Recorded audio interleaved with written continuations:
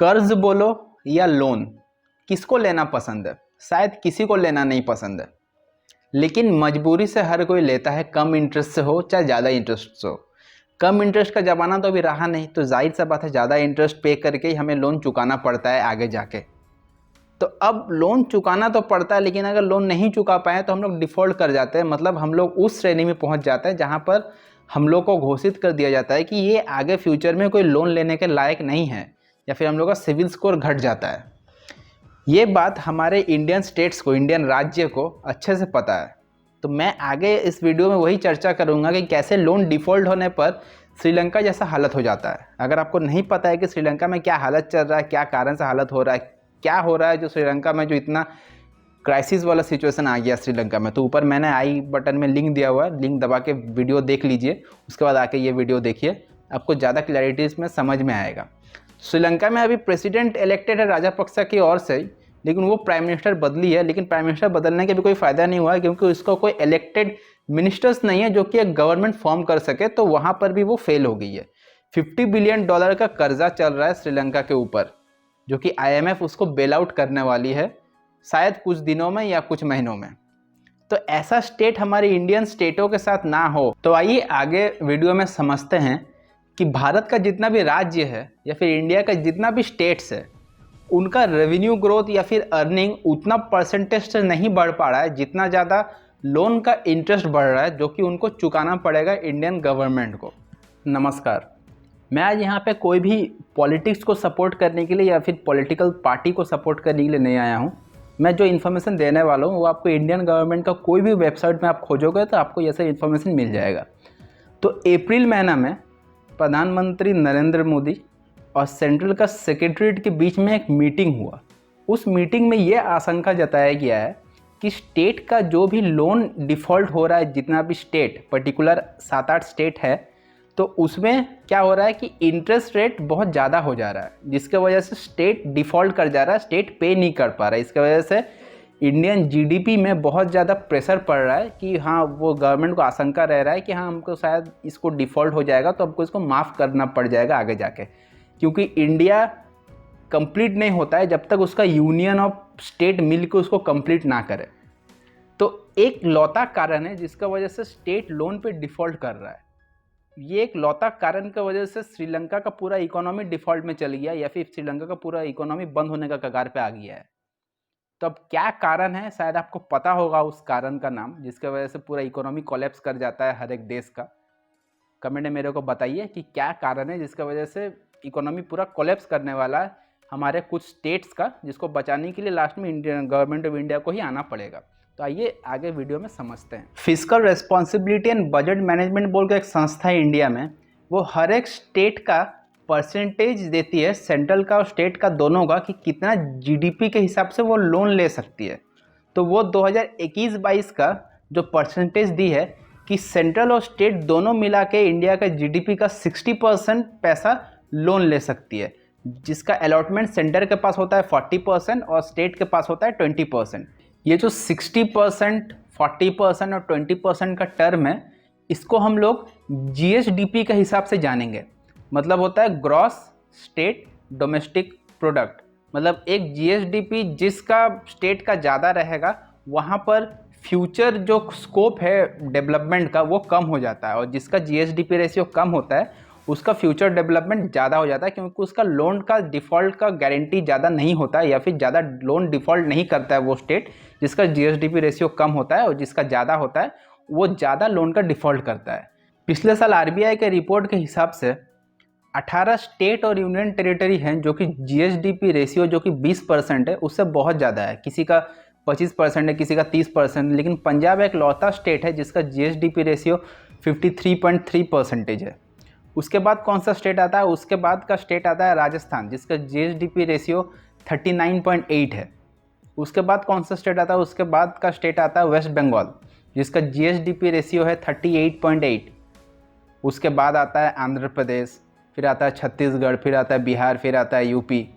तो ऐसे ये 5-6 बड़ा बड़ा स्टेट हो गया जिसका GSDP बहुत ज़्यादा होने की वजह से जो GDP होता है स्टेट का, उस पर बहुत ज़्यादा बर्डन पड़ता है, और वो आगे कोई भी जो इम्प्लीमेंट होता है आम आदमी के लिए, जो भी योजना होता है, जो भी हम लोग निकालते हैं स्कीम्स होता है, जो अच्छा स्कीम्स होता है, वो इम्प्लीमेंट नहीं हो पाता है क्योंकि उसको interest he government of India को इतना पे करना पड़ता है कि वो इस सब स्कीम्स को या फिर इंफ्रास्ट्रक्चर प्रोजेक्ट्स को या फिर डेवलपमेंटल प्रोजेक्ट्स को इम्प्लीमेंट नहीं कर पाता है आगे जाके। अब आइए आगे हम लोग समझते हैं कि एक स्टेट गवर्नमेंट का पैसा जनरेट कहाँ से होता है, रेवेन्यू कहाँ से आता है। पहला अर्निंग ऑफ सोर्स है कि दारू जितना भी बिकता है एक स्टेट में, उसका जो टैक्स आता है उस टैक्स जाता है स्टेट गवर्नमेंट को। जितने भी हम लोग व्हीकल का रजिस्ट्रेशन करवाते हैं, चाहे 2 चक्का हो गया, 4 चक्का हो गया, 8 चक्का, 10 चक्का हो गया, उसका जितना भी रजिस्ट्रेशन चार्जेस आता है वो आता है स्टेट गवर्नमेंट का पॉकेट में। फिर हो गया हम लोग जितना भी टैक्स पे करते हैं, अभी तो जीएसटी हो गया, लेकिन उस जीएसटी में भी सेंट्रल गवर्नमेंट को कुछ हिस्सा मिलता है, एज इन स्टेट गवर्नमेंट और सेंट्रल गवर्नमेंट का अलग अलग से। तो ये 3-4 रेवेन्यू हो गया स्टेट गवर्नमेंट को। लेकिन अब ऐसा क्या कारण होता है जिसके वजह से हम लोग को सेंट्रल गवर्नमेंट से पैसा लेना पड़ता है स्टेट गवर्नमेंट को, फिर जाके स्टेट को रन करना पड़ता है, नहीं तो वो रन नहीं कर पाता है एक स्टेट को।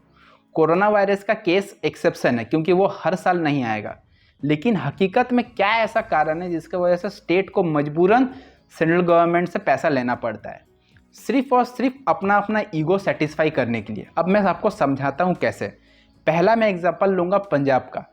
पंजाब के ऊपर अभी हाल फिलहाल का गवर्नमेंट का डेप्थ है 2,80,000 करोड़ के आसपास। मतलब इंडियन गवर्नमेंट को, पंजाब गवर्नमेंट को इतना पैसा चुकाना पड़ेगा। आम आदमी पार्टी अभी जीत के आई है, जीत के आने के बाद कहीं वो बोले कि हम लोग ये कर्जा चुकाने के बाद कुछ नया स्कीम लाएंगे, लेकिन ये नहीं करके वो क्या कर रही है, एक्स्ट्रा और 20,000 करोड़ का घाटा कर दी है पंजाब गवर्नमेंट को, 300 यूनिट फ्री बिजली देकर, और महिलाओं जो 18 साल के ऊपर है उनको 1,000 रुपया हर महीना देके। दूसरा आता है वेस्ट बंगाल। यहाँ पर भी बहुत सारा फ्री का स्कीम चल रहा है जो कि स्टेट का जीडीपी को बहुत ज़्यादा खींच रहा है, लेकिन यहाँ का स्टेट गवर्नमेंट को शायद ये पता नहीं चल रहा है कि हाँ कितना ज़्यादा फ्री का स्कीम्स चल रहा है और कितना ज़्यादा लॉसेस हो रहा है। चाहे फ्री में फ़ोन देना हो, चाहे घर तक राशन पहुँचा देना हो, या फिर 1,000 रुपया या 500 रुपया करके महिला को या पुरुष को देना हुआ। बात कर लो यूपी का। यूपी में इलेक्शन से पहले फ्री का एलपीजी सिलेंडर दिया गया हर किसी को, इसके वजह से उसका जो रेवेन्यू है यूपी गवर्नमेंट का वो 5% पे खड़ा है, और उसका जो इंटरेस्ट है वो 6% पे खड़ा है जो लोन का है। तो आप समझ सकते हो जहाँ पर पॉजिटिव जाना चाहिए एक स्टेट को, वहाँ पर वो नेगेटिव आ रहा है, और इंडिया बोल रही है कि उसको 5 ट्रिलियन इकोनॉमी तक पहुँचना है। अगर स्टेट ही साथ नहीं देगा तो इंडिया एज एन टोटल कैसे 5 ट्रिलियन इकोनॉमी तक पहुँच सकता है, क्योंकि इंडिया को हम लोग बोलते हैं यूनियन ऑफ स्टेट्स। अगर एक स्टेट्स भी हट जाता है इंडिया से तो वो इंडिया नहीं कहलाएगा फिर। चाहे हम बिहार का बात करें, चाहे छत्तीसगढ़ का बात करें, चाहे राजस्थान का बात करें, चाहे आंध्र प्रदेश का बात करें, हर किसी को पॉलिटिक्स में आना है, हर किसी को पॉलिटिशियन बनना है, लेकिन किस स्कीम्स में? सिर्फ फ्री का स्कीम्स में। जितना हो सके आप फ्री दे दो, उसके बाद आप कर्जा ले लो अपने सर के ऊपर। प्रॉब्लम का बात हो गया, अब बात करते हैं सॉल्यूशन का कि इसका क्या सॉल्यूशन हम लोग निकाल सकते हैं। पहला जो सॉल्यूशन हम लोग निकाल सकते हैं कि सेंट्रल गवर्नमेंट को स्टेट गवर्नमेंट से ज़्यादा लोन लेना पड़ेगा according to the central GDP, ताकि स्टेट गवर्नमेंट के पास ज़्यादा ऑप्शन नहीं रहे लोन लेने का। क्योंकि अगर ऐसा डिफ़ॉल्ट होते रहा तो बहुत जल्दी हम लोग की इकोनॉमी श्रीलंका इकोनॉमी से मैच कर जाएगा। इसीलिए गवर्नमेंट को ना चाहते हुए भी यहाँ पर इंटरवीन करना पड़ेगा। नंबर 2, स्टेट गवर्नमेंट को एक रिपोर्ट कार्ड होना चाहिए या फिर एक ऑडिट होना चाहिए हर एक महीना में, या फिर हर 6 महीना में, या फिर बोलो तो हर एक क्वार्टर में, ताकि हमें पता चले कि स्टेट गवर्नमेंट क्या कर रही है, कहाँ इंप्लीमेंट कर रही है, कहाँ पैसा खर्चा कर रही है, कौन सा स्कीम बेनिफिशियल है, कौन सा स्कीम बेनिफिशियल नहीं है, और वो ऑडिट सेंट्रल गवर्नमेंट को सौंपा जाना चाहिए। ट्रांसपेरेंसी होना बहुत ज़रूरी है ताकि आम आदमी को भी पता चले कि उसका स्टेट गवर्नमेंट क्या करती है। स्टेट गवर्नमेंट रिपोर्टर बुला के 50 जन को आदमी इकट्ठा करके वो सेंट्रल गवर्नमेंट के खिलाफ अगर जहर उगलेगा तो हर टाइम हमें वो बिलीव करना है, ये ज़रूरत नहीं है। हमें रिपोर्ट देख के बिलीव करना है कि हाँ रिपोर्ट में क्या बोल रही है, क्या तथ्य है, क्या नहीं है। तीसरा जो हम लोग कर सकते हैं, गवर्नमेंट ऑफ इंडिया को जो इंटरेस्ट रेट से लोन देती है स्टेट गवर्नमेंट को, वो इंटरेस्ट रेट बढ़ा देना चाहिए।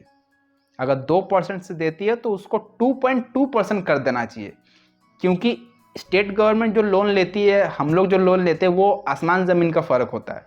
वहाँ 20,000 करोड़ का लोन लिया जाता है, हम लोग 20 करोड़ का लोन लेते हैं। तो वहाँ पर इंटरेस्ट जाहिर सा बात है कि अगर 0.1% भी बढ़ाते हैं तो बहुत ज़्यादा हो जाता है। मेरा 2 सवाल है आपसे, जिसका जवाब मैं आपसे चाहता हूँ कि आप कमेंट में लिख के मेरे को बताओ। पहला है ये है कि आपके हिसाब से कौन ऐसा स्टेट है या स्टेट्स है जो कि कंगाल होने वाला है और गवर्नमेंट ऑफ इंडिया को इंटरवीन करने के लिए आना पड़ेगा 1-2 साल के अंदर। दूसरा है, ऐसा कौन सा हम लोग स्टेप और उठा सकते हैं या फिर स्टेट गवर्नमेंट उठा सकती है जिसके वजह से ये जो GSDP रेशियो है वो कम के तरफ हम लोग घटते जाए या फिर 20% से कम हो जाए। वीडियो अच्छा लगा तो लाइक कीजिए, शेयर कीजिए, कमेंट कीजिए, सब्सक्राइब कीजिए, बगल में बेल नोटिफिकेशन उसको भी दबाइए ताकि हमें और प्रोत्साहित मिले वीडियो बनाने के लिए। क्योंकि स्टेट गवर्नमेंट का रिपोर्ट कार्ड तो सेंट्रल गवर्नमेंट देख लेगा, लेकिन हमारा रिपोर्ट कार्ड आप लोग हमें दिखवाओगे लाइक के ज़रिए। Please keep supporting us and keep liking.